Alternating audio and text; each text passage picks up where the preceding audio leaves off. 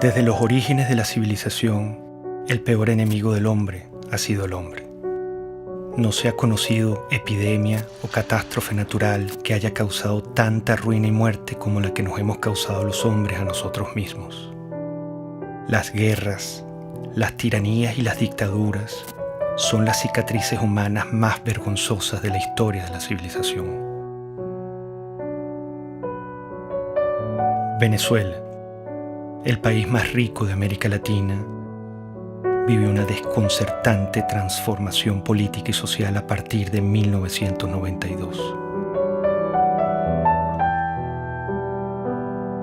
Un carismático caudillo militar fue el protagonista de este tiempo.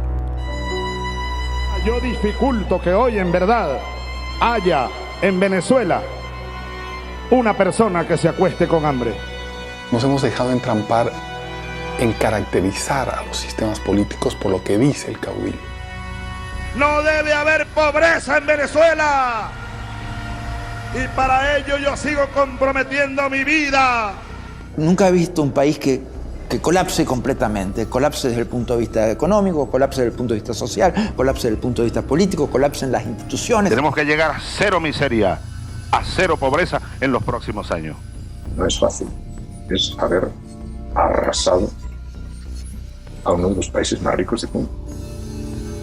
Los indicadores de salud. Bueno, vean ustedes los cambios, pues esto es lo nuevo. Esto es lo nuevo. Se coloca a Venezuela en el país con más inseguridad, con más homicidios, con más inflación. Somos la primera potencia petrolera de este mundo. Tenemos la reserva de petróleo más grande. En Venezuela hay petróleo para 200 años. El chavismo yo creo que es una colección fantástica de todos los errores de política económica que se han cometido en la historia. La economía debe ser enfocada con un objetivo central: satisfacer las necesidades de la sociedad, como queramos llamarlo. Por una política que ha enconado profundamente al país, dividiéndolo de una manera prácticamente suicida. El socialismo es el único camino a la paz perdurable, a la justicia social. Por eso la revolución nuestra, hay que recordarlo, pacífica, pero armada. No se equivoquen, burgueses. Mire lo que significó el chavismo para Venezuela. Una verdadera tragedia. Un país que ha perdido su democracia.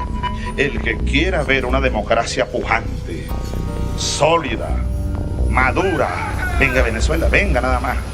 Yo creo que él nunca ocultó lo que él quería hacer.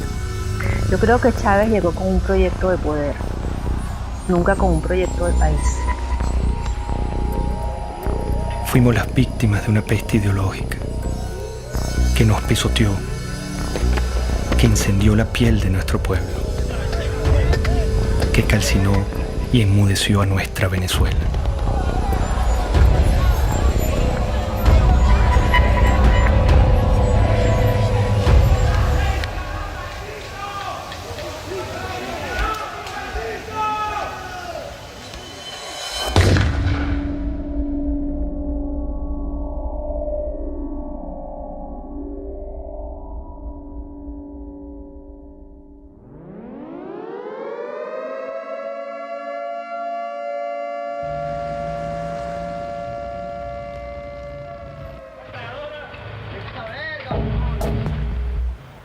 Al filo de la medianoche del 4 de febrero de 1992, Venezuela era sorprendida con un sangriento golpe de Estado. Un grupo de militares intentó asesinar al presidente Carlos Andrés Pérez para hacerse del poder. La ira militar latinoamericana se volvía a pronunciar. Compañeros, lamentablemente, por ahora, los objetivos que nos planteamos no fueron logrados en la ciudad capital. Es decir, nosotros acá en Caracas no logramos controlar el poder. Ese no fue su primer discurso. Su verdadero discurso lo había pronunciado horas antes con una refriega de balas y de tanques. Aquel militar había disparado su delirio de poder sobre la cabeza de Venezuela. Había herido de muerte a la democracia. Bueno, Chávez representó un retroceso para Venezuela. Seguramente la democracia venezolana era imperfecta y necesitaba muchas reformas. Creo que cuando termine esta pesadilla que vive Venezuela, habrá una comprensión cabal del desastre que significó el golpe de Estado. El golpe irrumpe por las ansias personales. Ellos argumentaron que había un problema social y que ellos venían a hacer justicia. Chávez, desde que entró a la Academia Militar, prácticamente planeó la insurgencia, desde que era teniente. Y siendo teniente coronel, que había planificado eso durante por lo menos 15 años, usó su cátedra en la escuela militar para preparar e infiltrar. Eso fue un plan armado durante muchísimos años. Yo lo conocí a las 5 de la mañana del 4 de febrero del 92, que ingresé al Palacio de Miraflores con el presidente Carlos Andrés Pérez y vi que todavía estaban limpiando la sangre en el piso de la entrada de la oficina del oficial que Chávez mandó a matar a Carlos Andrés Pérez. Atacaron con bazucas para tratar de matar a la esposa del presidente de Venezuela, a sus hijas y a sus nietos. Si él hubiera triunfado en el golpe, hubiera fusilado a Carlos Andrés Pérez y hubiera fusilado a su familia. Para él, la muerte ajena es un instrumento de lucha política.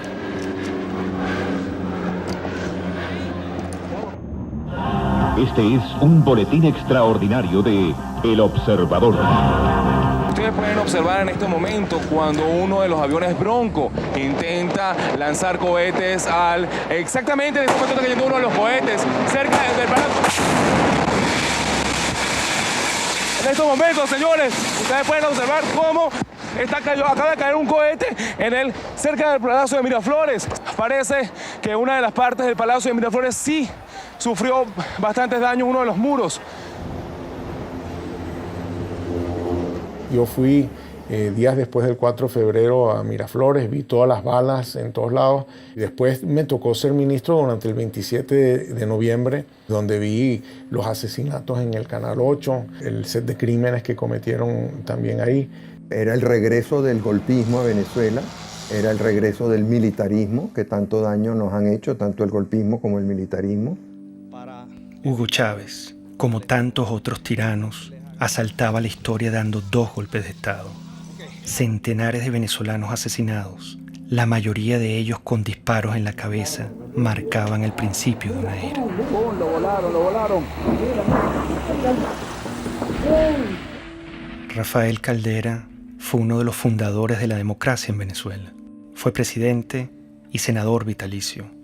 Al día siguiente del golpe de Estado, su enemistad con Carlos Andrés Pérez y su propia soberbia lo hacían justificar la matanza.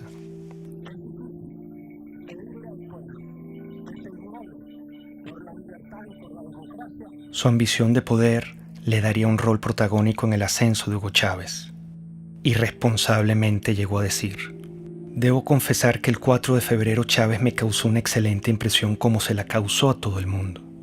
Aquellos segundos que usó Chávez en la televisión presentaron un hombre equilibrado, sensato». Lo cierto es que Hugo Chávez acababa de asesinar a centenares de venezolanos.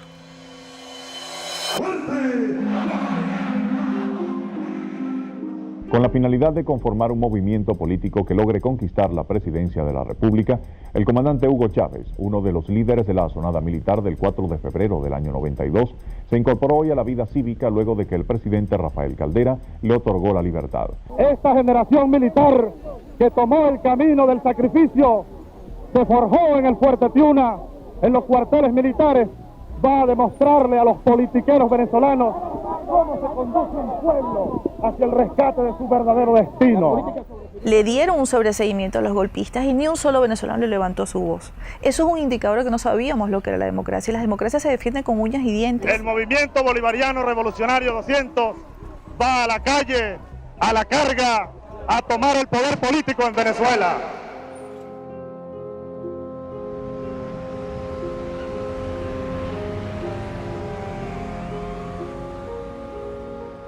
La democracia generó oportunidades, expectativas que implicaban un enorme desafío para las instituciones políticas y económicas y no se dio con la velocidad que estos millones de venezolanos que salían de la pobreza y que emergían en una vibrante clase media quería seguir ascendiendo y aspirando. Hugo Chávez entendió que había un pueblo muy desilusionado, que estaba harto de los políticos de siempre, que estaba harto de las oligarquías de siempre, que estaba harto de las élites de siempre. Puso en el centro de la conversación nacional a un grupo humano muy importante de los venezolanos que habían sido excluidos. El año que viene se ve esto horroroso y gracias a los gobernantes, que es lo que nos han llevado a este extremo. Bueno, yo creo que será más caro todo, porque imagínense cómo está la situación, todo será peor. Venezuela vivía en democracia. Una democracia imperfecta como en cualquier país, pero también con grandes avances en su infraestructura y en su cultura, incluso en el plano económico y político. El problema que sacudía a Venezuela era de otra índole. El problema era moral. Empieza la declinación de la corrupción, el centralismo, la incompetencia, las élites que miraban desde atrás y querían obviamente servirse del gobierno, pero no querían servir en el gobierno. En mi opinión, fueron los empresarios venezolanos, fueron los medios de comunicación venezolanos y fue la cúpula política venezolana la que trajo a Chávez. Había un hartazgo con la clase política, había un hartazgo con los partidos principales, había un hartazgo con la dirigencia. Bueno, yo creo que el año próximo va a ser un poco difícil, puesto que la perspectiva que nos está dando el gobierno es porque vamos a tener que apretarnos más el cinturón de lo que tenemos. Venezuela padeció momentos críticos de corrupción en el pasado. Quedó una tierra fértil para que llegara un Mesías. Chávez logró comunicarse directamente con el pueblo venezolano. Chávez es el hombre que realmente nos va a ayudar a llevar la democracia como tiene que ser. Que es el hombre que estamos esperando para que transforme nuestra patria. Las grandes causas que traen a Chávez son las mismas que en todos estos regímenes. Y es que la democracia, que siempre, en casi todos los casos, tiene una presencia previa. La República del Weimar precede a Hitler, el presidencialismo italiano precede a Mussolini. Sí, hay una presencia, una democracia previa. Esa democracia previa no lleva el liberalismo, el individualismo a todos los rincones del país. La clase política no había entendido que la democracia hay que alimentarla, hay que cultivarla, hay que cuidarla permanentemente. Comenzó a decaer. Esos 40 años de democracia fueron los primeros y los únicos 40 años en los que Venezuela estuvo gobernada por civiles. Un sistema democrático que logró una serie de avances de éxito para la población venezolana, pero en sus últimos años, yo diría en sus últimos 10, 15 años, empezó un debilitamiento. Y un debilitamiento que yo lo puedo identificar cuando empiezan los procesos de reelección presidencial. Eso castró el futuro y la modernización de la democracia al truncar las nuevas generaciones que pudieran ascender a dirigir las distintas organizaciones políticas. La gente se cansó. El chavismo llega, creo que por un desgaste de la clase política, sabiendo que en muchos de nuestros países lo que tuvimos durante muchos años fue el bipartidismo. Lo cual llevó a la gente en muchos países a buscar una solución distinta, un outsider, como decimos esto.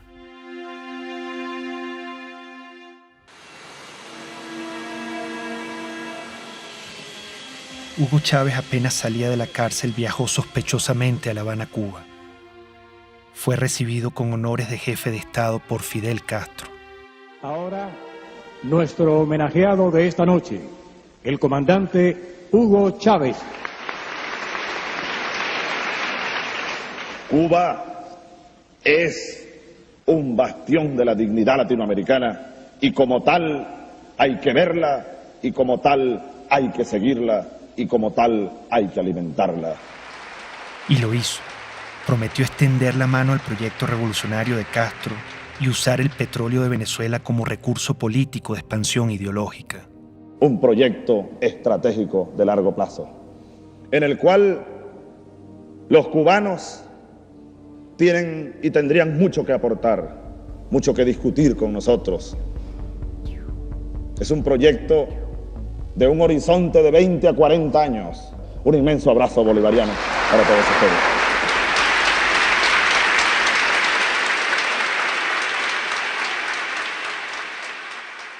«20 años más tarde, todo estaba claro. Ese era el Chávez que no quisimos ver ni escuchar. Hugo Chávez es una creación de Castro en un país que tiene el momento adecuado. Ya lo había intentado antes con la guerrilla, penetrar con la guerrilla, y va fracasando en muchos modelos.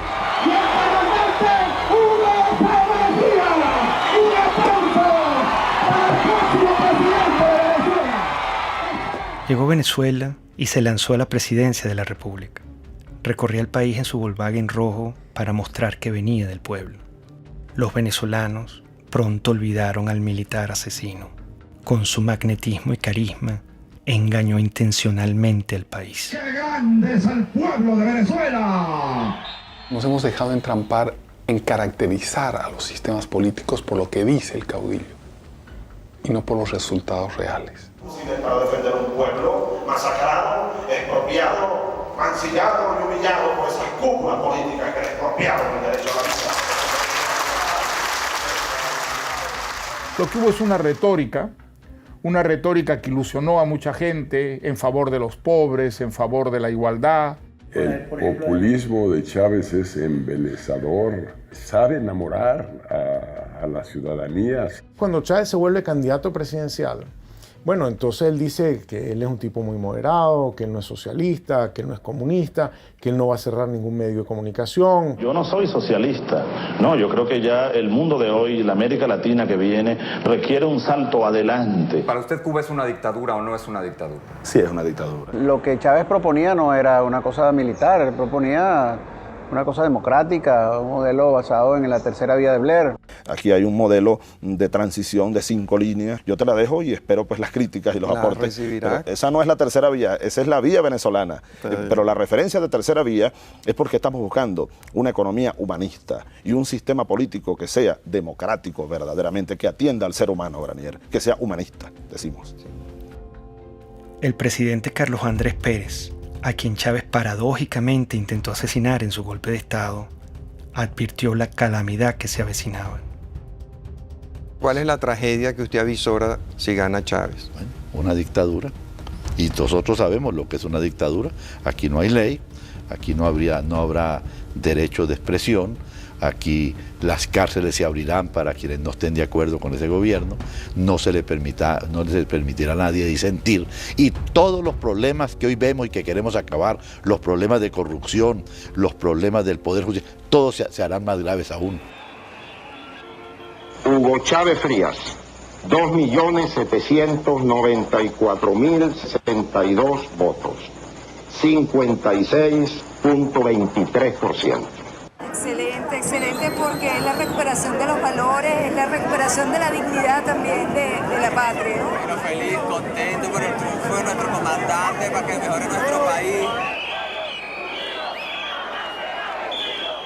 Todo se ha consumado.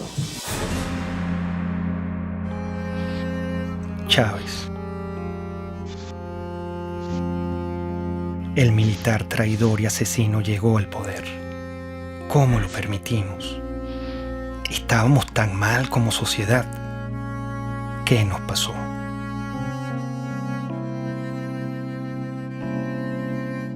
Cuando yo conocí a Hugo Chávez, yo le dije, te advierto una cosa, lejos de ser tú la solución, tú eres la encarnación del problema de Venezuela. El hecho de que tú seas presidente es la demostración más clara de que este país fracasó. Yo no creía que pudiera tener éxito. Lo que oía del propósito, el propio juramento de la Constitución, me parecía de un adanismo esencialista muy peligroso. Te lo juro sobre esta moribunda Constitución, impulsaré las transformaciones democráticas necesarias para que la República Nueva tenga una carta magna adecuada a los nuevos tiempos, lo juro. Yo he sido siempre reformista, entonces todos los liquidacionistas me parecen que son ahistóricos, que van en contra de la historia, que crean lo que Malraux decía, revoluciones que son un día de fuego y 50 años de humo. Chávez se encuentra con una nación rota, malherida y rabiosa, presa fácil para un caudillo populista. Yo creo que Chávez era un personaje muy simple, cuando yo lo conocí. Simple en sus planteamientos políticos, que no tenía claros. Quería un cambio en Venezuela, pero no sabía exactamente muy bien hacia dónde. Chávez, el líder o el payaso o el cómico o el político, saca de la tumba a ese Drácula que causó tantas millones de muertes y tanta pérdida de valor en el siglo pasado, y lo desentierra y lo pone a caminar precisamente en nuestra América Latina y destroza Venezuela. En México se dice que no hay pillo que no sea simpático. Y yo creo que Chávez es una perfecta descripción de eso. Por lo menos era muy simpático. No quiero abundar en la parte de pillo. Siempre lo que quiero y mis palabras es la ley.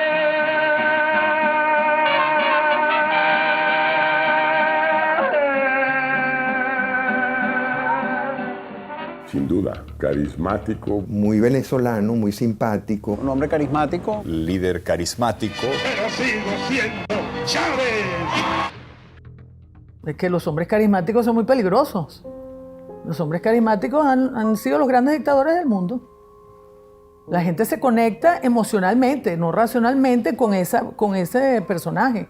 Había en él atributos que ayudaron a hacer de él una figura populista muy lograda. Evidentemente había una capacidad oratoria o retórica, pero con un poder de seducción muy notable. Había en él también una lectura intuitiva, no creo que intelectual, pero sí intuitiva, de un amplio sector de la sociedad venezolana. Eso es muy importante en un caudillo.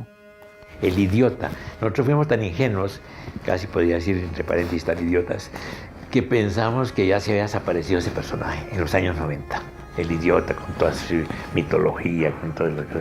Resulta que el idiota reapareció enterito, exactamente con todos los dogmas. Somos pobres porque los países ricos nos explotan, porque nos pagan mal nuestras materias primas y se enriquecen.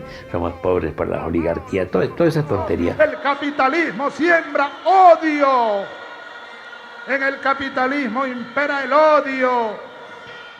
Fue evidente de un inicio democrático a cómo se fue separando ideológicamente, cómo se fue convirtiendo en una propuesta que no es ni siquiera de sustento ideológico, sino populismo puro, afán de poder, de controlar, de tener, de dominar, de mandar.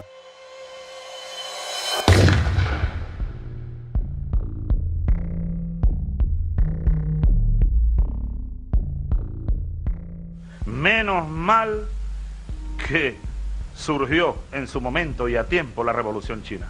Menos mal que existió Mao Zedong.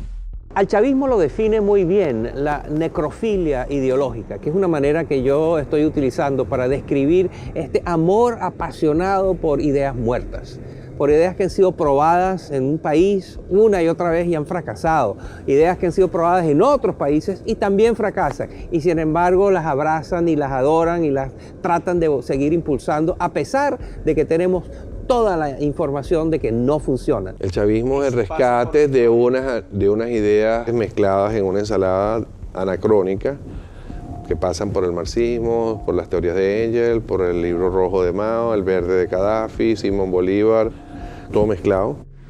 Esta revolución, así lo digo como cristiano, es profundamente cristiana. ¡Viva Cristo el Redentor! De izquierda, derecha, centro, maoísta, centoísta, no sabemos qué es lo que es. Por algunos dicen que yo soy pastor evangélico. Palero, santero, católico, cristiano. Marxista no soy porque no me formé en el marxismo. Es una nueva forma de caudillismo militar. Y también soy marxista. Es muy confuso en su formulación porque es capaz de mezclar una figura como la de Bolívar con un pensamiento de fondo aparentemente marxista. Es tremendamente confuso, es una nueva forma de populismo. El hombre desde siempre había sido un comunista. Entendía qué es lo que tenía que decir o no decir en cada momento para que, digamos, su mensaje calara en una mayoría de turnos. Venezuela tiene un gran potencial siderúrgico y debe ocupar cada día más mejores puestos a nivel mundial, a nivel americano. Cuando ya empezó a tener, digamos, la sartén agarrada por el mango, entonces se quitó todas las caretas y mostró su verdadera faz. Y si insisten, le quitamos los camiones y los convertimos en transporte de alimentos, chicos. Se lo damos a los consejos comunales. Y Mendoza que vaya a hacer no sé qué, lo que le dé la gana, a denunciarme en la OEA, en la Corte Celestial, donde le dé la gana. Se fue apartando claramente de los principios más elementales de lo que es un gobierno democrático. La legalidad fue desapareciendo poco a poco, reemplazada por el poder omnímodo, ¿no es cierto?, de la voluntad del caudillo. Sin una visión clara o conocida, Chávez estaba decidido a transformar a Venezuela a su imagen y semejanza. Comenzaría por la Constitución. El Estado está caotizado. Esa es una realidad.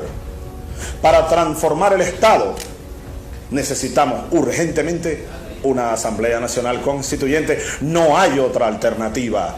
Con la Constituyente del 99, Chávez empezó a mostrar su talante autoritario y personalista. El mismo militar que había dado 2 golpes asesinando a centenares de venezolanos, se empeñó ahora en aniquilar la única república civil y democrática que habíamos tenido los venezolanos. No vayan, compatriotas, ustedes a cometer el error que cometieron los que habitaron esta casa durante 40 años. Y ya no les pertenece. Eso hay que recordarlo. Esta casa, desde hoy, es la sede de la Asamblea Nacional Constituyente. Como un pésimo augurio de lo que iba a venir, el mismo día de la votación ocurrió la catástrofe natural que hoy recordamos como la tragedia de Vargas. Si la naturaleza se opone, lucharemos contra ella y la haremos que nos obedezca.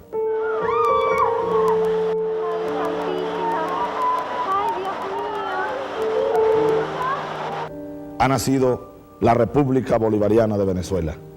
Quiso Dios hoy que una tragedia enlutara a la nación venezolana precisamente en el día de su renacimiento. Qué cosas, ¿no?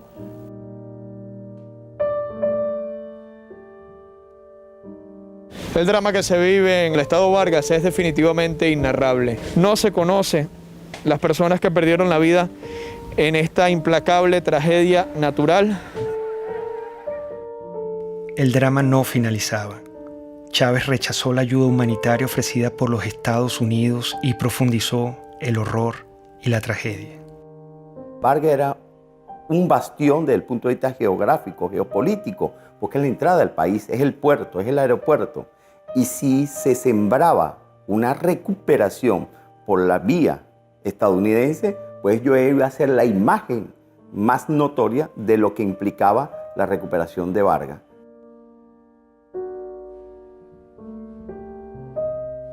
Realmente Fidel Castro influyó totalmente en las decisiones que tomó Chávez con respecto al deslave. Chávez no podía concebir en ningún caso nada que contradijera lo que ya se encaminaba del proyecto con Fidel. Con la tragedia de Vargas, Chávez mostró su desprecio por el venezolano y su único interés, el poder. Renombraría a Venezuela, reescribiría la historia, cambiaría la hora y la forma del escudo nacional y le impondría una nueva estrella a la bandera. Todo era una nube ideológica. Su mentor lo guiaba. Castro es la persona determinante en la evolución de Chávez.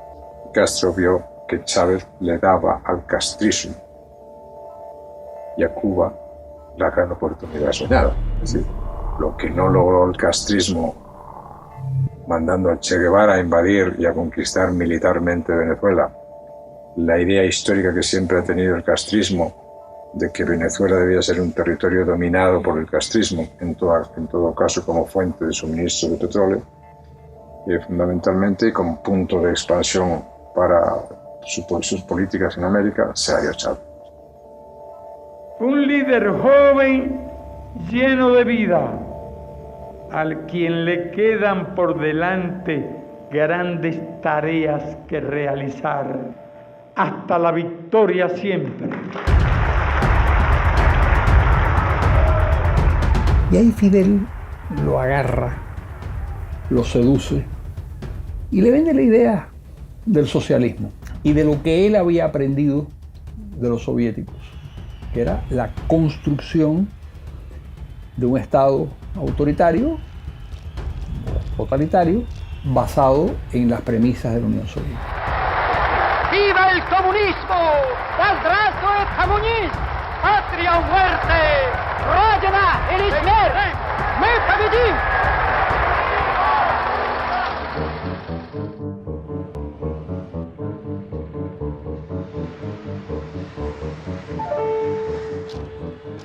Venezuela se vestía de verde oliva, se convertía en un cuartel. Revolución socialista, vaya General Canelones, patria socialista o muerte. ¡Venceremos! La figura de teniente coronel es, digamos, la primera vez que tiene autonomía para comandar tropa. Por eso se le dice el comandante. Es netamente de una misión de tropa, de dirigir tropa, de ordenar a la tropa y de llevar a la batalla militar a la tropa. Los movimientos totalitarios de izquierda se meten en tu cuarto. No puedes ir a comprar lo que te da la gana, no puedes educar a tu hijo como tú quieras, no puedes viajar, no puedes tener tus documentos, no te permite tomar ninguna decisión libremente. Él dijo, la revolución es pacífica pero no pendeja, porque los tanques, los aviones, los fusiles y los cañones de las Fuerzas Armadas están al servicio de la revolución. Porque de ahora en adelante tendremos generales, almirantes, oficiales y tropas revolucionarios, antiimperialistas, socialistas y chavistas, para que les duela más. Yo era presidente de PDVSA, hablé con él sobre el tema y le dije, caramba, presidente, mire, me preocupa mucho lo que usted dijo, porque las Fuerzas Armadas no están al servicio de ninguna parcialidad política. Las Fuerzas Armadas están al servicio de la República y la revolución es una parcialidad política. Ellos no entienden que al definir la Fuerza Armada como chavista le están atribuyendo una parcialidad política a un grupo que es armado de toda la sociedad venezolana. O sea, nosotros tenemos partidos políticos en Venezuela y un partido político que está armado con el ejército. Chávez gastaría miles de millones de dólares en armamento militar.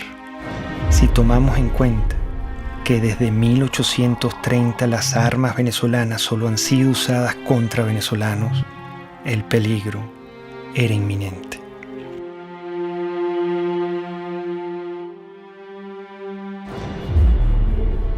El precio del petróleo, cerca de $100 el barril.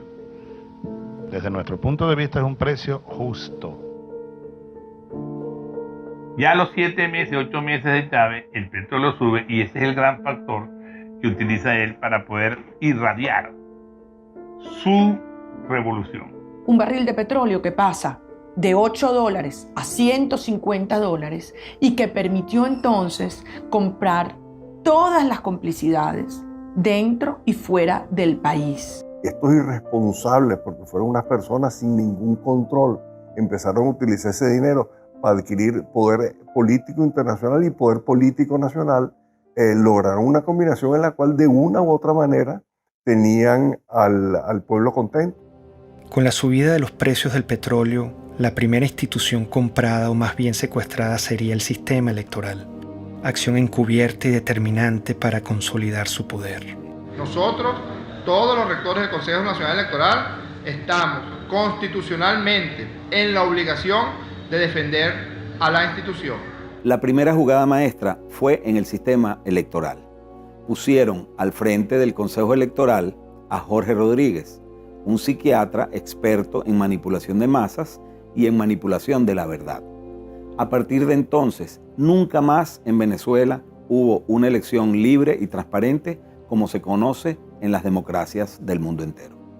Un gobierno que llegó al poder también por las urnas, con elecciones, y luego también siguió celebrando algunas elecciones, se hizo reelegir, pero donde evidentemente existía un control y una concentración de poder muy fuerte. Chávez y el chavismo y todo el poder cubano ya desde el principio empiezan a construir el fraude. Consejo Nacional Electoral de Venezuela niega la posibilidad de realizar un reconteo de votos. La presidenta del organismo, Tibisay Lucena, anunció que escrutar las papeletas sería regresar al sistema electoral manual del pasado. Primero reclamamos que Tibisay Lucena vaya presa porque hizo fraude. El fraude fue genial.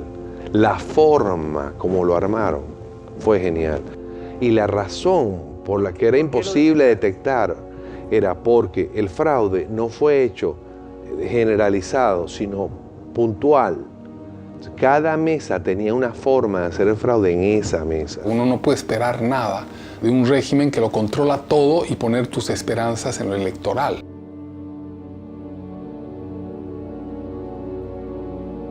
La lucha geopolítica iniciaba. Chávez intenta adueñarse de la Compañía de Petróleos de Venezuela, PDVSA. Necesita su dinero para consolidar su poder.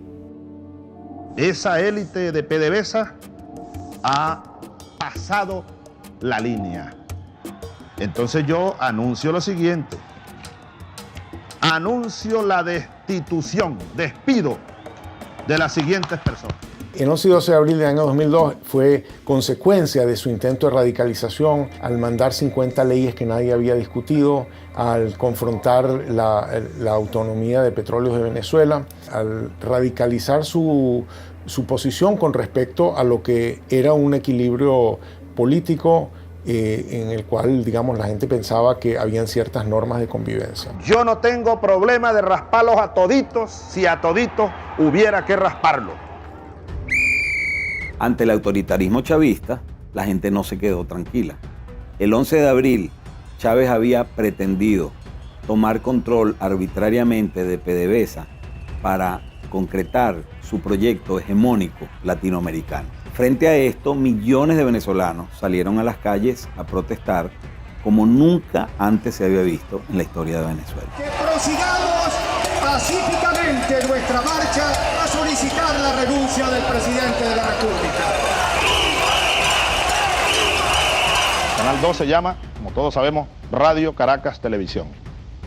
El canal 4 se llama Venevisión. Y el canal 10 se llama Televen. Esos tres canales están en este momento fuera del aire. ¿Hasta cuándo? No sé.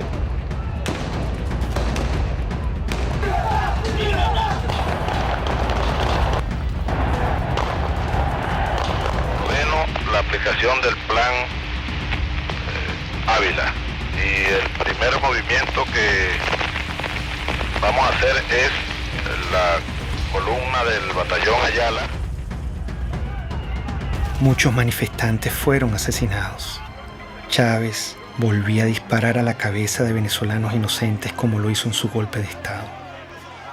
Hay que responsabilizar como ejecutor a Rodríguez Chacín. Hay que, como autor intelectual y jefe de esa banda de delincuentes, al propio Chávez, al propio presidente de la República. Esto es una acción contra el sentimiento más noble del venezolano. ¿Usted pudiera decir que la acción de los francotiradores estaba bajo conocimiento del presidente? Absolutamente seguro que estaba bajo conocimiento, que fue ordenada. Estamos frente a un asesino, con toda la extensión de la palabra. Una persona enferma, un paranoico, enfermo de poder, que cree estar poseído de una tarea histórica, destruyendo y matando venezolanos.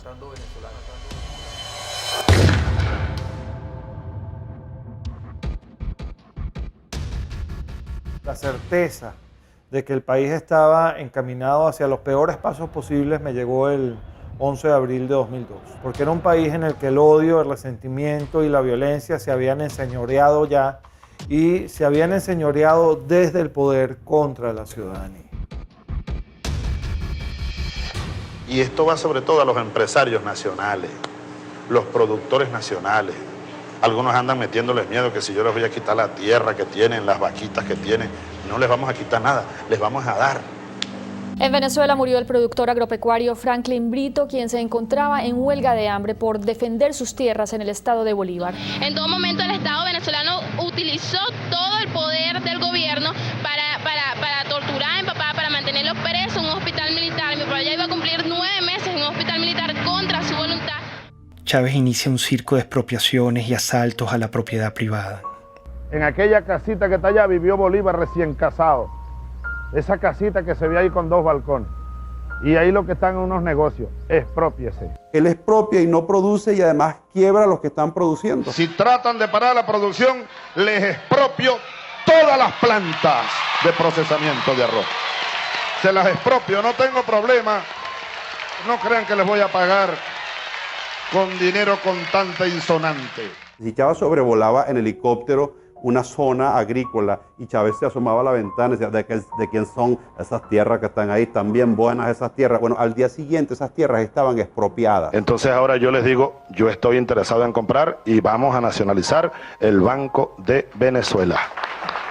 Empieza a hacerse el estado de la banca, de seguros, de industrias, sobre todo industrias de alimentos.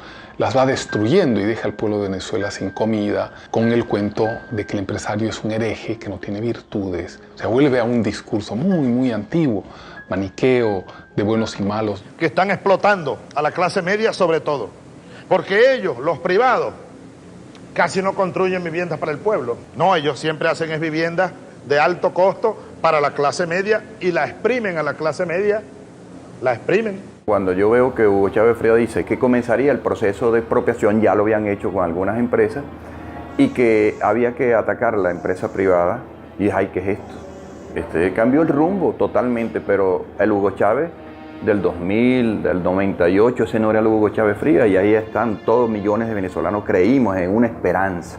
Esa esperanza se sepultó porque yo lo viví en carne propia.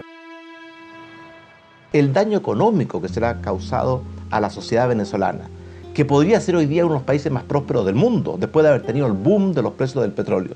Y sin embargo es un país que está arruinado, con un crecimiento negativo gigantesco, con desabastecimiento, con pobreza, con angustia, con desesperanza.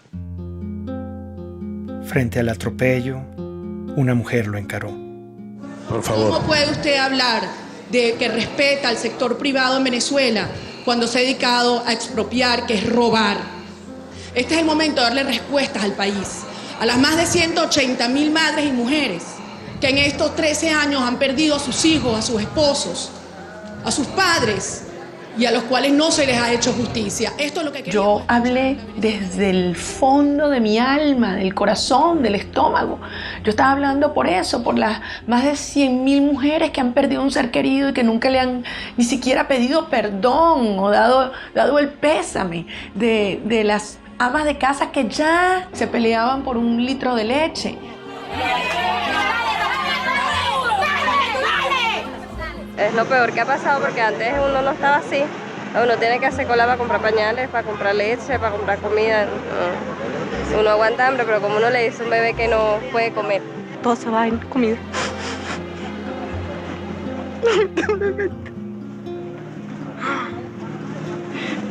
Estamos pasando trabajo.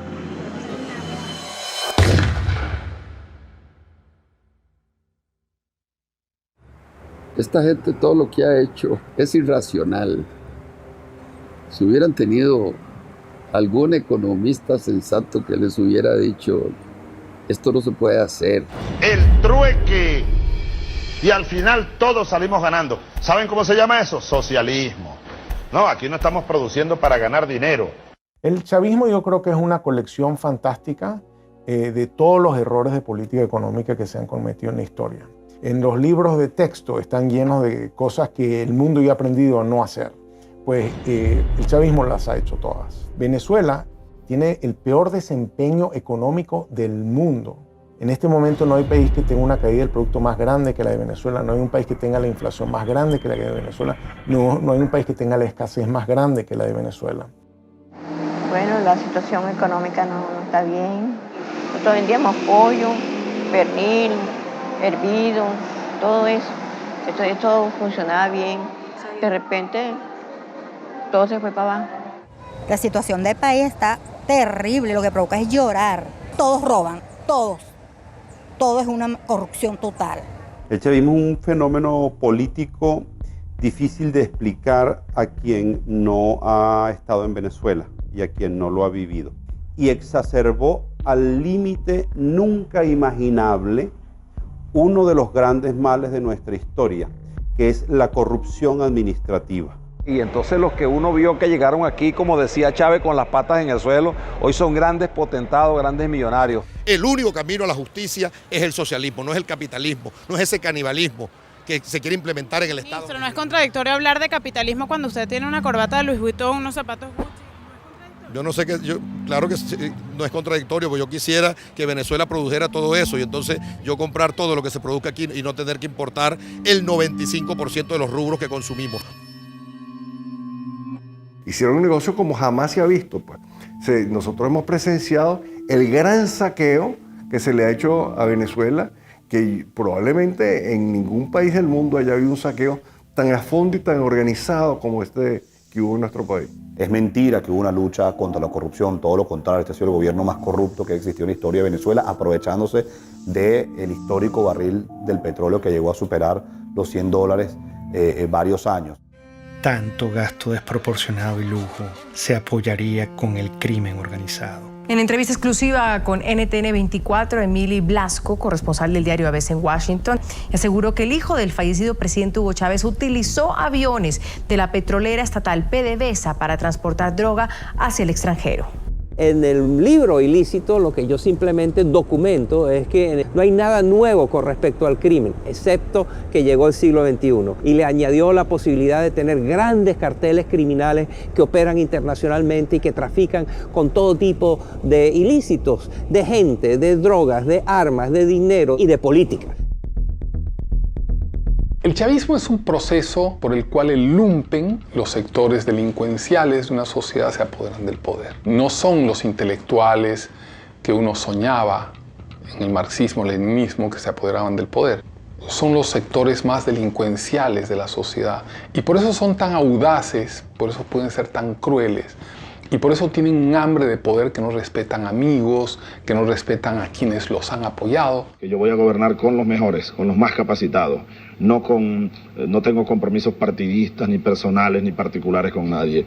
Chávez lo que hizo fue, para preservar el poder, crear varias bandas de pandillas. Y estas pandillas tienen distintos jefes. Y eso explica la estratificación, eso explica por qué Venezuela se convirtió en un narcoestado. Como Venezuela se convirtió en un sistema cleptocrático. Cuando la gente me dice este es un estado fallido, yo digo es un narcoestado criminal fallido. El ministro de Interior, Justicia y Paz, Miguel Rodríguez Torres, indicó que las maletas contenían 1,3 toneladas de droga, una de las incautaciones más grandes que se han hecho en Francia. De acuerdo con Rodríguez, un total de 22 venezolanos han sido detenidos, de ellos 8 son militares. Este régimen que con las dos manos, la izquierda y la derecha, robaba, destruía, también tenía geopolíticamente dos manos. La mano petrolera, la mano negra, la mano fuerte, y la mano blanca de la cocaína que venía de Colombia y se redistribuía de Venezuela. Conforme va debilitándose la mano negra, la mano petrolera, pues hay más necesidad de la mano blanca. En México se discute y se debate si al Chapo Guzmán lo extraditan a Estados Unidos. En Venezuela el Chapo Guzmán sería ministro. A través de este medio de comunicación, Lindsay Salazar, quien es uno de los hombres importantes de la seguridad que tuvo Diosdado Cabello, denunció que el presidente de la Asamblea Venezolana sería el líder del Cartel de los Soles, una banda de narcotráfico internacional que tendría entre sus miembros a varios militares venezolanos. Diosdado Cabello es oriundo también del estado donde yo nací también. Era un muchacho muy humilde del pueblo del Furreal, pero la ambición desmedida de este señor se convirtió a tal magnitud que con el Pollo Carvajal, general narcotraficante vinculado al Cartel del Sol, que hacía lo que le ordenaba Diosdado Cabello, impulsaron y protegieron el narcotráfico en Venezuela. Es una cosa terrible lo que voy a decir, pero esto ha funcionado más como una banda delincuencial que como un sistema político. Por eso es tan difícil explicárselo a la gente de fuera. Venezuela se convirtió en un narcoestado. Jueces, ministros, diputados, incluso la familia presidencial era acusada y encarcelada por ello. Los índices de criminalidad se desataron. El peor problema que hoy tenemos en Venezuela, incluso con la escasez y la inflación que hay, yo estoy convencido que es la inseguridad. es la inseguridad, que es la consecuencia del 98% de impunidad. Una impunidad que protege a las bandas organizadas, una impunidad que protege a aquellos que tienen granadas, que tienen fusiles, que andan en vehículos blindados. Estamos presos y con temor. Tenemos mucha inseguridad, muchos malandros en la calle que nos callan. Y esto no puede seguir así. Que en el mes de marzo, en esos 30 días, en la morgue de Caracas, haya habido ingresos de muertos por violencia que se equipararían a las muertes por violencia de un año de la España de 46 millones de habitantes, es aterrador. Y el ritmo sigue aumentando. El peor legado de Hugo Chávez son los cientos de miles de muertos que han hecho no solamente que familias enteras se enluten, sino que millones de personas dejen en Venezuela. La gran parte de la inmigración venezolana no es una inmigración económica como la que empezamos a ver ahora. La gran parte de la inmigración venezolana es una inmigración presa del pánico de vivir en una sociedad absolutamente enfrentada y donde se mata por odio. Ante la absoluta impunidad, el pueblo tomó aterradoramente la justicia con sus manos.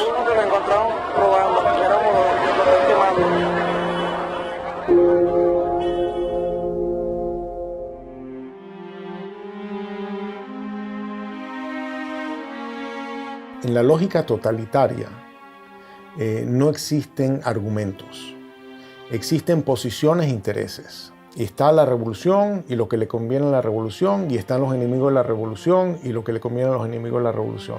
Y si tú dices algo, nunca te contestan una idea. Porque hay informes de que estuvo en la Orchila. Claro, de la tú Orchila. estás repitiendo basura. Por eso. Tú lo que estás aquí es repitiendo basura. Eso no es cierto. Tú lo que estás repitiendo basura. No, yo le estoy preguntando. Pero está bien. Mi labor es preguntar. Está bien, pero estás recogiendo la basura. Estás recogiendo el basurero, el estiercolero.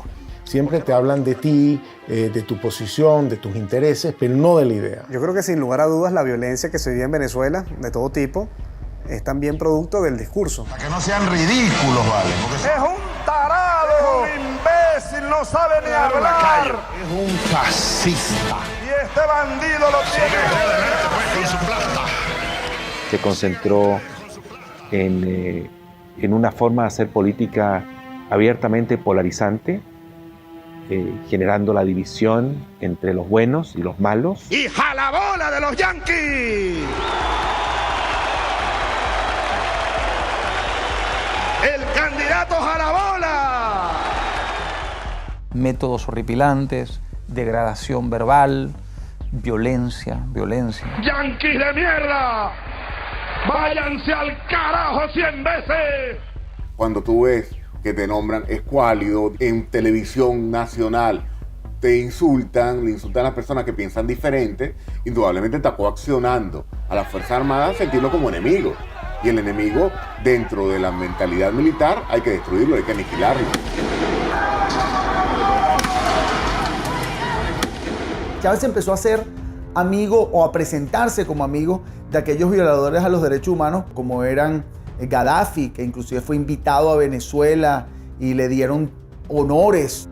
El caso de Omar al-Bashir, quien por cierto al día de hoy todavía tiene una orden de captura por crímenes de lesa humanidad. Incluso Mugabe también fue, digámoslo así por lo menos lo presentó como amigo de Chávez. Entonces de alguna manera Chávez trató de incorporarse y crear su grupo, digamos, de socios violadores de los derechos humanos para hacerse ver como víctimas de lo que son los gobiernos tradicionales. En América Latina también tenía sus aliados. Las fuerzas del comunismo, del terrorismo y del narcotráfico lo postularon como su líder continental.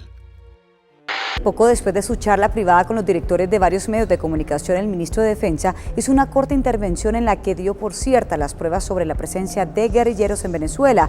Lo que dice Manuel Marulanda a Chávez en uno de los párrafos que reza así es lo siguiente: nosotros, es decir las FARC, siempre estaremos atentos en caso de agresión gringa a aportar con nuestros modestos conocimientos en defensa de la revolución bolivariana de Venezuela.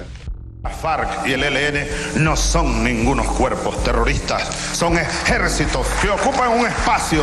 Hay que darle reconocimiento a las Fuerzas Armadas Revolucionarias de Colombia y al Ejército de Liberación Nacional. La primera declaración me llamó la atención porque hablaba de la imparcialidad frente a la guerrilla colombiana. Y yo le llamé la atención, le dije, presidente Chávez, usted está llegando a un país en que hay democracia, hay instituciones. Por lo tanto, usted como presidente de una hermana república como de Venezuela no puede hablar de imparcialidad. Pero él mantenía ese discurso. A veces cuando yo hablaba con mi canciller y hablábamos con otros presidentes, creíamos que era un poco, esa es la inexperiencia de Chávez. Y yo creo que todo estaba absolutamente calculado. La milicia popular va a tener su vehículo, su armamento, sus cuarteles de milicia y su organización. Ustedes son una fuerza guerrillera, pues, para decirlo más claro. La milicia, yo podría decir que es un partido armado, que es un cuerpo que crece y se desarrolla casi al mismo volumen de las Fuerzas Armadas orgánicas. Y hay otra cosa muy delicada, que son los colectivos, organizaciones armadas. Todo es el poder, para mantenerse en el poder. Vemos entonces milicias o colectivos armados disparando contra personas. Vemos agresiones ya no solo de disparando civiles contra personas, sino de cuerpos o agentes del Estado que trabajan y han sido estructurados para trabajar en favor de la revolución.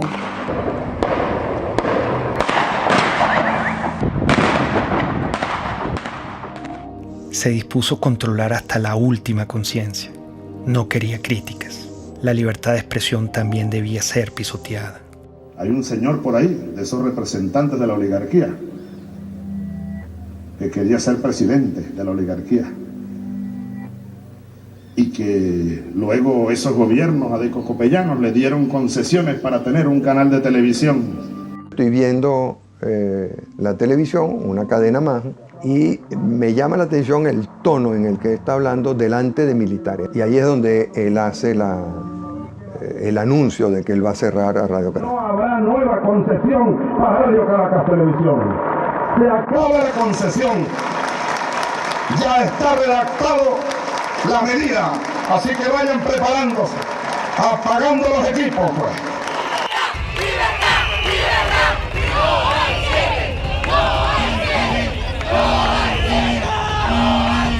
La idea no es el cierre de los canales de comunicación, es más apertura, la fuerza de las ideas y el apoyo a la democracia del pluralismo. Pero no nos van a cerrar la conciencia y nos van a cerrar el corazón. El presidente Hugo Chávez ratificó que este domingo a medianoche sacará del aire a la cadena Radio Caracas Televisión, una medida criticada internacionalmente como un acto de censura. La única forma en que la concesión no termine es que el domingo 27 a medianoche Hugo Chávez no sea presidente de Venezuela. En el fondo era querer controlar los medios de comunicación, que eso fue lo que lo llevó a diseñar esta cosa de la hegemonía comunicacional y ir cerrando la libertad de expresión hasta que queda un pequeño espacio. Yo una vez leí que los jóvenes hacen política desde la indignación, ¿no? Yo creo que lo que nos motivó en el 2007 fue la indignación. Es como que vimos que se metieron en nuestra casa, te apagaron la televisión, ese momento fue muy dramático cuando se acabó la señal, fue algo que se metió en la vida de uno, no era tanto si Chávez era popular o no, sino que era ilegal y era inmoral y estaba malo y era inaceptable que decidieran por ti. No podemos ser ajenos a lo que pasa en el país, no podemos vivir en un cuadrito, libertad de expresión y estamos en la calle. Me motivó a mí en 2007, o lo que me llevó a dar un paso al frente para colocarme en la vanguardia fue especialmente la libertad de expresión y muy específicamente el cierre de RCTV.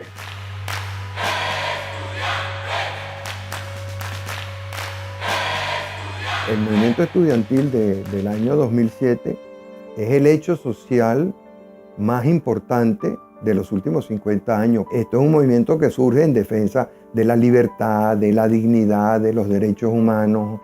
Y lo que ellos están diciéndole al país y a Chávez, en cierta forma, es: no, señor, tú eres mi pasado. No me gusta este presente y voy a pelear por un mejor futuro. Soñamos con un país donde podamos ser tomados en cuenta sin tener que estar uniformados. Eso fue un punto de quiebre, porque los estudiantes salimos de las aulas a la calle. Estar en la calle si fuera necesario, pero el pueblo tiene que salir, pero el pueblo tiene que acompañarnos, pero la gente en esos barrios de Caracas, oprimida, pobres y sin posibilidades, tienen que salir a pelear por su futuro. Somos unos jóvenes que apenas con 21, 22, 20 años de edad salimos con nuestras manos blancas de manera creativa, irreverente, con mucho espíritu desafiante en las calles, pero siempre de manera no violenta. Y le demostramos al mundo, y hoy lo podemos ver en perspectiva, que la reserva más importante que tiene Venezuela era la reserva moral de los estudiantes. Ese movimiento estudiantil logró generar pasión, esperanza, energía, fe en la gente que sí se podía. Pese al surgimiento del movimiento estudiantil, Chávez siguió su proyecto hegemónico. Decidió transformar la Constitución para poder eternizarse en el poder y convertir a Venezuela en un comunismo a la cubana. Hugo Chávez en el año 2007 lanzó una reforma constitucional que no planteaba sino la destrucción del Estado liberal venezolano. Aceptamos el reto electoral, organizar a millones de venezolanos, defender esos votos y ganar. La única forma que ese día, que la noche del 2 de diciembre, no estuviéramos dispuestos a respetar, a hacer respetar la voluntad popular, era que nos mataran. Por eso el gobierno se echó para atrás y no se robó la elección del 2007. La opción del no, 4.504.354 con un 50.70%.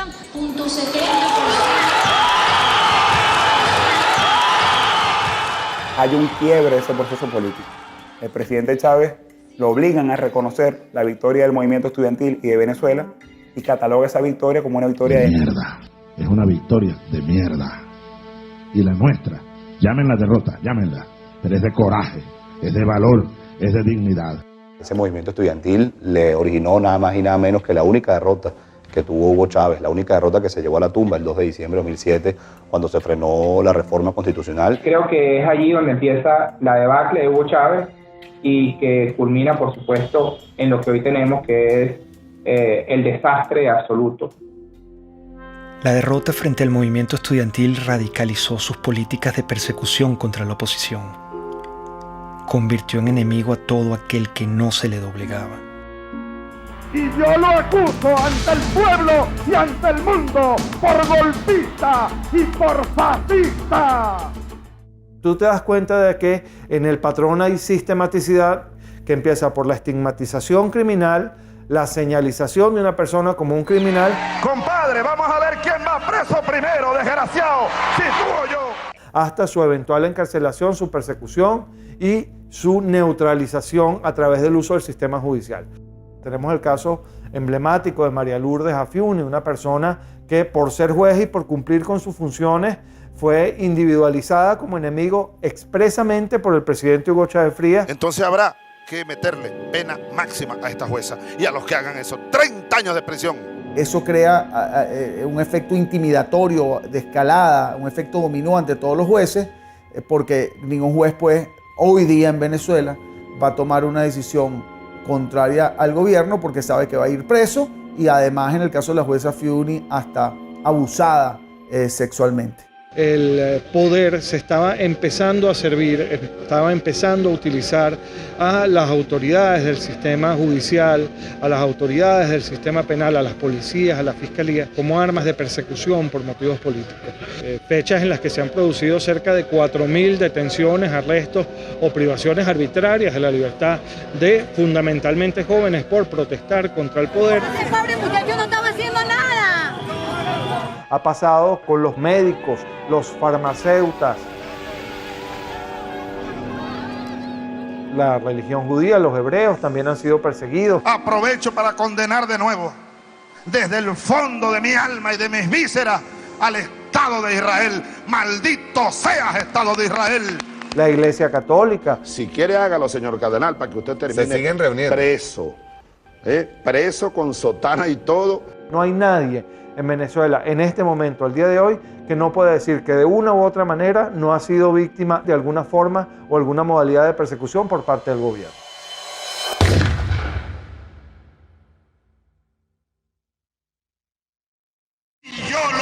uso de contrarrevolucionario y hay que barrerlo del mapa político venezolano. A mí me acusaban de todo lo que le acusaban. Pueden acusar a una persona contra el gobierno, conspiración, asociación para delinquir, terrorismo, financiamiento al terrorismo. Tú estás allí simple y llanamente porque piensas diferente. Simple porque te conviertes en una amenaza. Y al convertirte en una amenaza eres su enemigo. Y al convertirse en su enemigo te tienen que aniquilar, bien sea moralmente o hasta físicamente. Esta lucha, hermanas y hermanos, es por todo el pueblo de Venezuela, que hoy está sufriendo cola, está sufriendo escasez. Los jóvenes no tienen empleo, no tienen futuro por un modelo equivocado. Leopoldo es un servidor público que ama lo que hace, que es servir a la gente. Hoy está encerrado precisamente por eso, porque es bueno. Este gobierno lo que ha hecho es perseguir y dividir a los buenos. Persiguen lo que funciona, dañan lo que funciona, lo que es el verdadero venezolano. Primera autoridad civil es Antonio Ledesma en Caracas.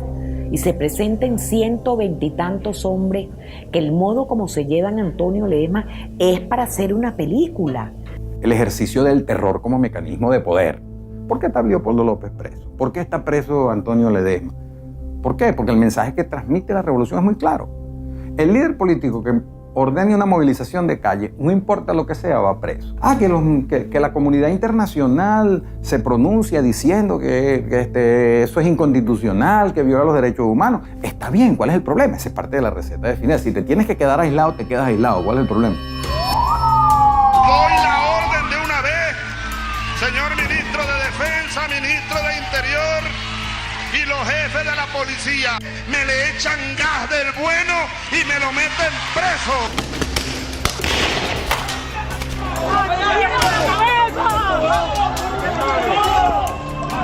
Chamo, están matando a gente, loco.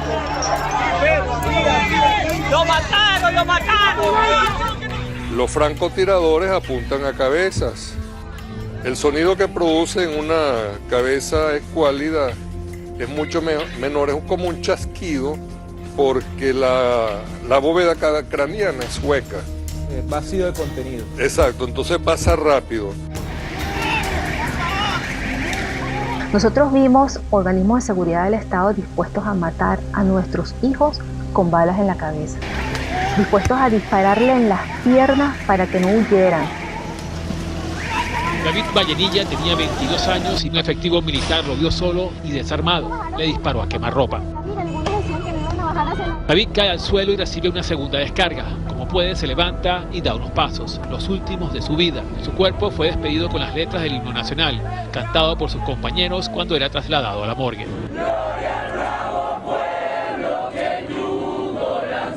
Es la segunda muerte de un manifestante que es asesinado por militares delante de cámaras de televisión en menos de una semana.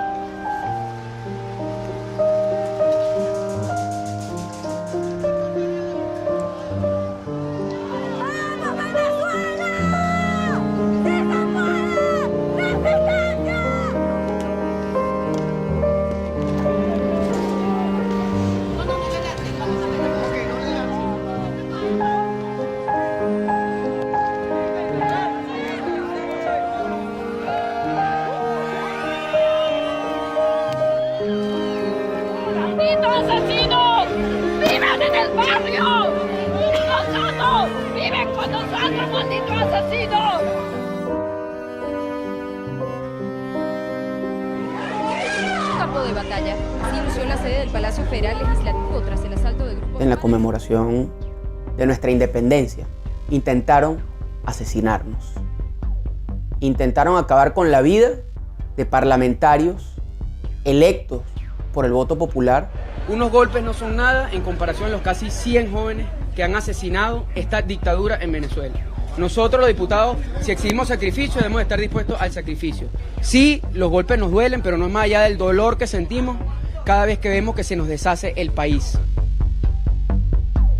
La tortura ha sido en Venezuela sistemática porque Hugo Chávez hizo un guión con sus organismos de seguridad del Estado que todos siguieron los mismos funcionarios, los mismos métodos para lograr lo mismo, que es el control social, para castigar al disidente, para causarle más daño. No solamente estás preso, sino que además te torturo. Y bueno, los nuevos métodos de tortura, que son las torturas blancas, ¿no? Que se implementan en la llamada tumba.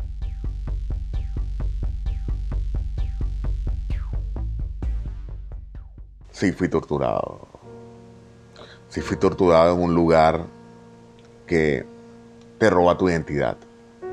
En un lugar donde tú sientes que estás muerto en vida. Donde el frío te hiela hasta los huesos. Donde tú ves una pared blanca 24 horas al día. Donde la luz está encendida y no te permite dormir correctamente. Donde el silencio impera. Donde te sientes sin esperanza. Donde la comida te llega fría, que tienes que comer con las manos. Donde tus gritos nadie lo escucha. Donde tu dolor nadie lo siente. Es estar enterrado vivo, Gustavo. Independientemente de los precios del petróleo, el gobierno garantiza al pueblo venezolano todos los recursos necesarios para lo que resta del año y continuar impulsando el desarrollo integral, el desarrollo económico. Terminado ese superciclo de precios, se acabó el socialismo del siglo XXI. Es decir, esa ilusión de que la gente puede vivir de unos buenos burócratas y que esos buenos burócratas, repartiendo eficazmente los panes entre la sociedad, nos iban a hacer felices a todos.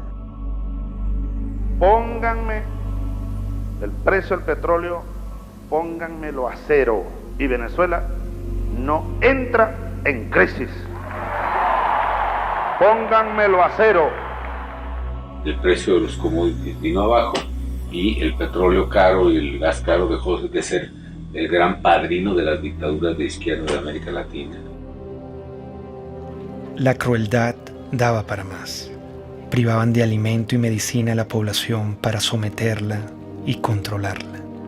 El chavismo es como para ellos. Si fuera para uno, todos tuviéramos comida. Yo le apuesto que esa gente toda tiene comida en su casa, porque estamos pasando hambre. Hay demasiada escasez de comida.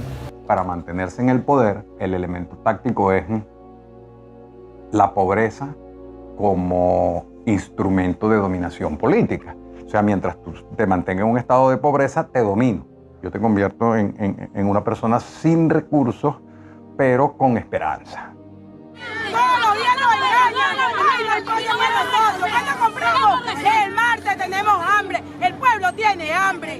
El primer problema para los más desfavorecidos es saber si, estando desde las 5 de la mañana en una cola, van a encontrar algo.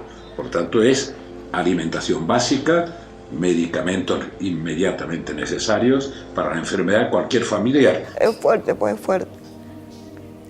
Sobre todo eso lo de la comida. A veces me toca salir por ahí, en casa, pido un plato de comida para mi hijo. A veces, muchas veces mío se te encuentra sin comer. A veces para medianoche, mamá mía, no tengo nada que darle. Que es una política, sin la menor duda, dirigida a reducir a una parte de la población a una situación de crisis humanitaria extraordinaria, que es el tema de la falta de alimentos, medicinas, equipos, etcétera, que podemos analizar.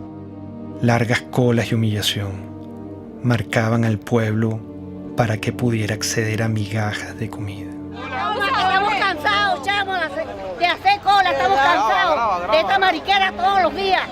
Los viejos, los jóvenes, mira, los bebés en pijama, ¿qué es esa vaina? En Venezuela se han importado alimentos para alimentar a 3 países del tamaño de nuestro país. A la canciller Rodríguez, que es una mentirosa, que le damos comida a 3 naciones. Si no hay comida para Venezuela, ¿cómo le vamos a dar a 3 naciones? Si un venezolano va a una farmacia hoy, 90% de escasez en medicamentos para la atención, 99% de escasez para medicamentos neurológicos para el Parkinson y las convulsiones, 70% de escasez en analgésicos y antipiréticos, 80% de escasez en antibióticos. Yo como médico jamás he visto una biopsia que diga usted tiene cáncer de derecha o usted tiene cáncer de izquierda. Son enfermedades a las cuales hay que darle atención, a las cuales el Estado está en obligación de atender y hoy lamentablemente no lo está haciendo, no está sucediendo. El problema de la salud en Venezuela no fue de plata, plata hubo. Se robaron todos los dólares y la gente se muere porque no hay medicinas y se muere porque no hay comida. ¿Dónde está eso? Se lo robaron. Es la impotencia de ver cómo la gente a mi alrededor se está muriendo por hambre, por falta de medicina, por oxígeno en un hospital. 18 años que un régimen, porque esto no lo puedo llamar yo gobierno, destrozó el país. Se olvidó del pueblo y se olvidó que ese pueblo los puso en el poder y se olvidó que ese pueblo tiene necesidades.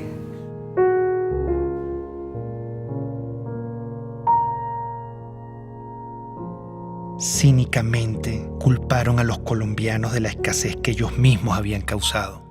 No cesa el número de colombianos deportados por parte de las autoridades venezolanas. Ya son 283 que han llegado aquí a la frontera colombo-venezolana en La Guajira colombiana.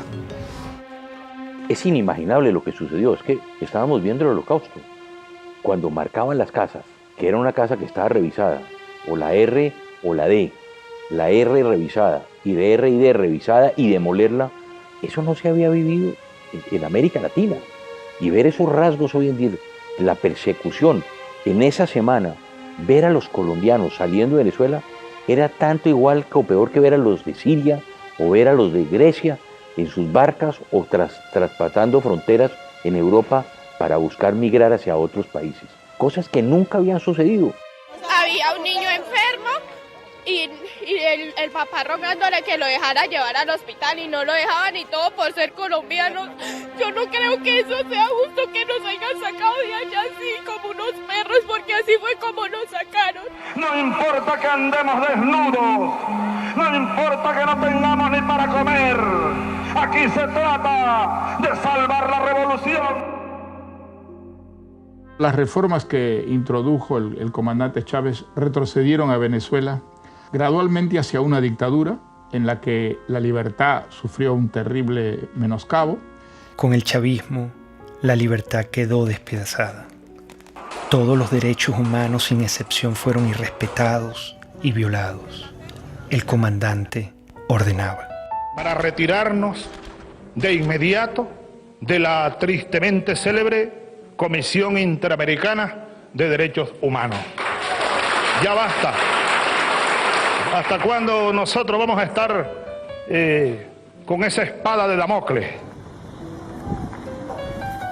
A lot of dictatorships are very similar, and basically what you need in a dictatorship is to keep the very small number of people happy. That means that you're keeping a lot of people unhappy. Milosevic was very committed to destroy educated urban middle class in Serbia because he felt the real threat to his regime comes from these people.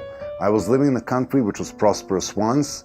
I ended up seeing people standing in the lines for bread, seeing parents desperate because they can't keep the medicine or, the food for their own kids. When you see the stores in Venezuela now, they remind me painfully on my childhood. I have an impression of the government that doesn't really care about the people.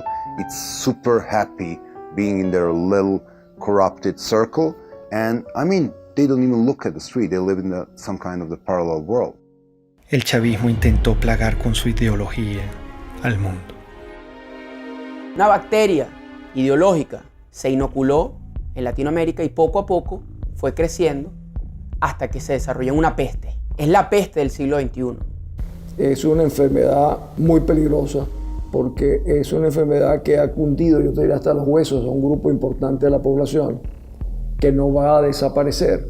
Conquistando una relación, yo diría, en muchos casos parasitaria, de gobiernos, algunos caribeños, otros de Sudamérica y Centroamérica.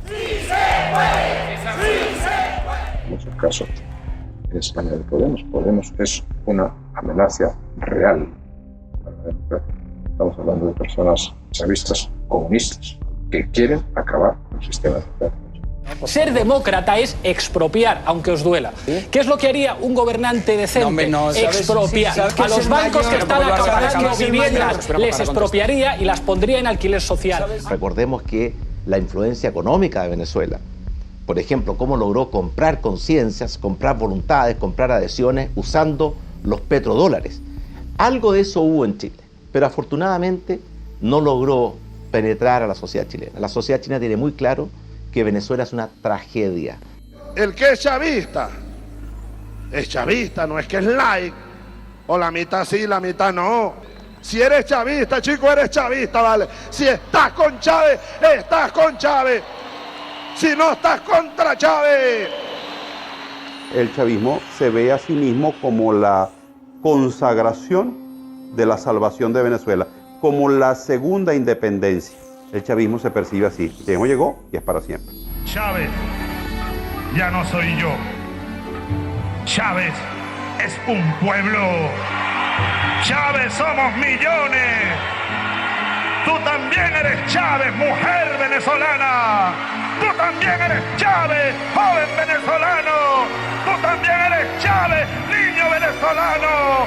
Tú también eres Chávez, soldado venezolano. El caudillo es igual al partido, es igual al país, es igual a la historia, es igual al futuro. Entonces, él constituye las instituciones, la historia, la moral.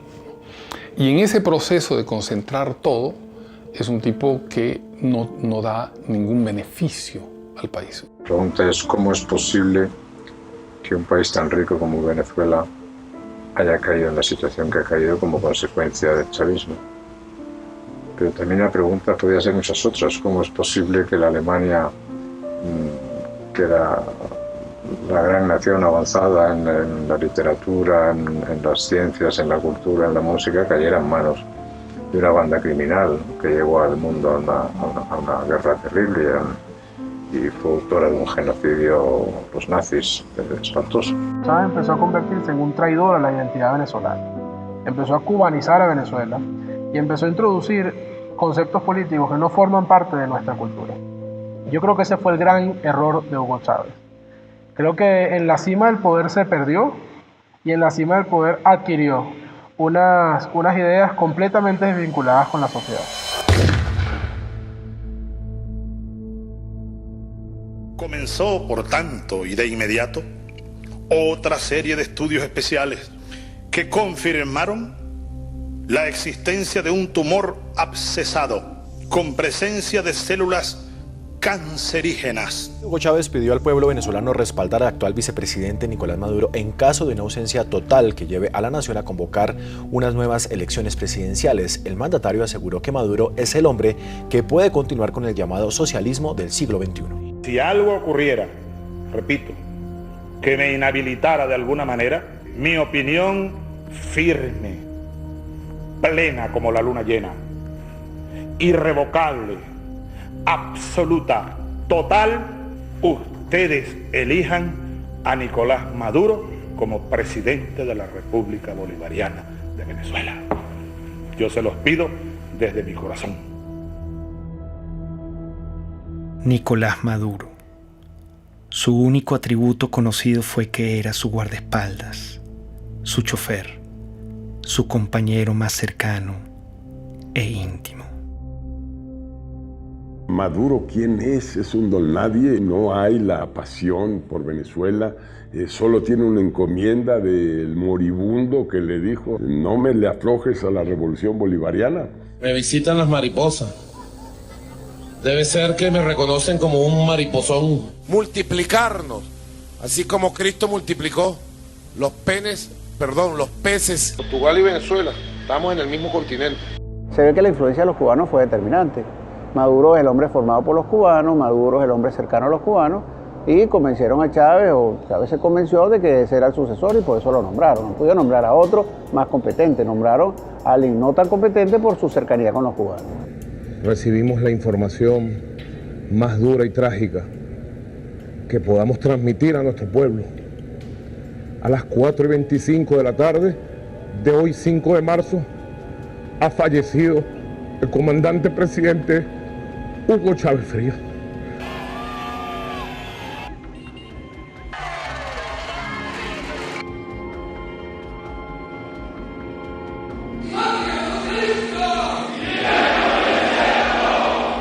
vaya en paz.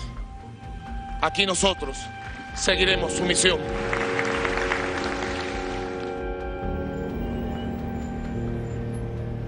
¿Qué legado dejó?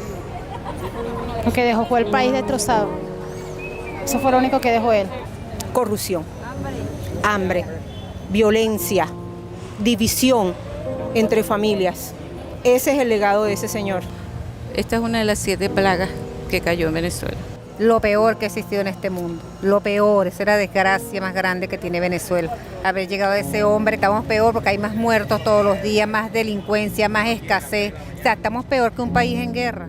Nunca he visto un país que colapse completamente, que se desmembre la familia venezolana. 2 millones de venezolanos se han ido del país en los últimos 3 años, 4.000 a 5.000 cruzan por día la frontera de Colombia en solución de continuidad permanente. Entonces, esa es la situación que vive hoy el país, no tiene nada que ver con la situación que vivía cuando Chávez asume el poder. Su gran legado es demostrar que ni éramos tan fuertes, ni éramos tan demócratas, ni éramos tan hermanos, ni éramos tan guerreros, ni éramos tan sólidos, ni éramos tan echados para adelante. Que era fácil darle un empujón a eso, tirarlo todo por la borda y montarse sobre la gente. Nadie se puede imaginar que un país que no esté en guerra esté viviendo lo que está viviendo Venezuela. Ha destruido el sentimiento de pertenencia de los venezolanos como una unidad, como una ciudadanía compartida. ¡Estamos pasando hambre! ¿No puedes creer que esto sea justo, vale? El país cambió, la gente cambió, las miradas cambiaron. Ya tú en Venezuela no ves sonrisas, no ves alegría, ves indignación, ves frustración, ves miedo. Y eso lo vimos todos los días. Nos dañaron profundamente. Mire lo que significó el chavismo para Venezuela, una verdadera tragedia.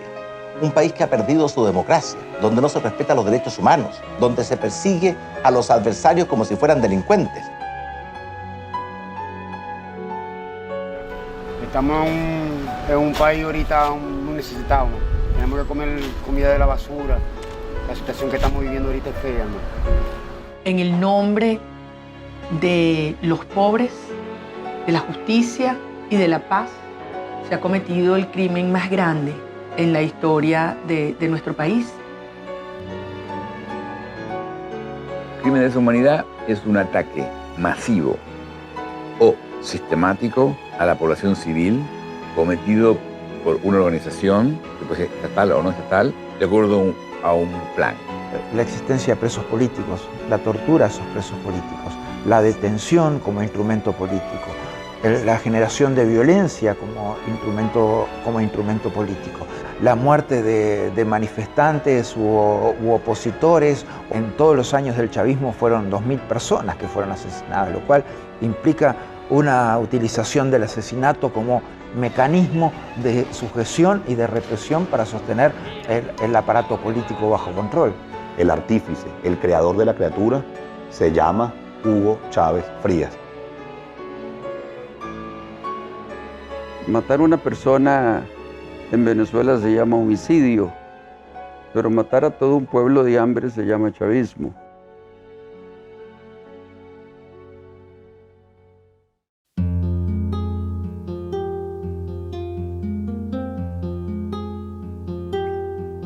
La única forma de inmunidad que existe contra la peste chavista es la conciencia.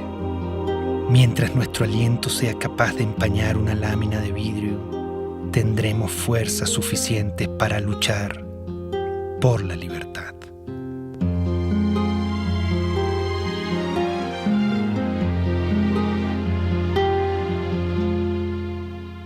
El pensamiento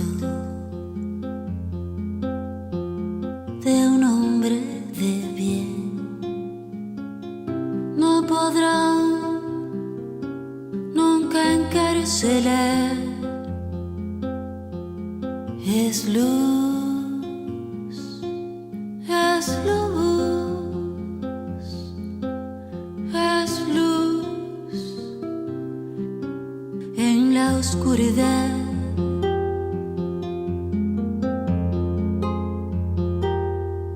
Dijo el poeta. supe ser que el destino es la libertad. Bala en el pecho, balas por detrás, bala en la frente, balas al andar,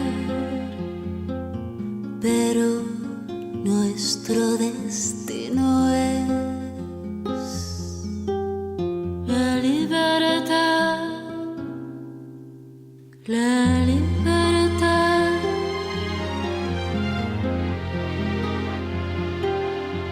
Todos los sueños de un hombre de bien no podrán nunca encarcelar. Son luz, son luz, son luz en la oscuridad. El poder tiene miedo de caer, pero caerá. Él caerá. El poder tiene miedo de caer, pero caerá. Ahí caerá. Nuestro destino es la libertad, la libertad. Luz es luz, es luz en la oscuridad.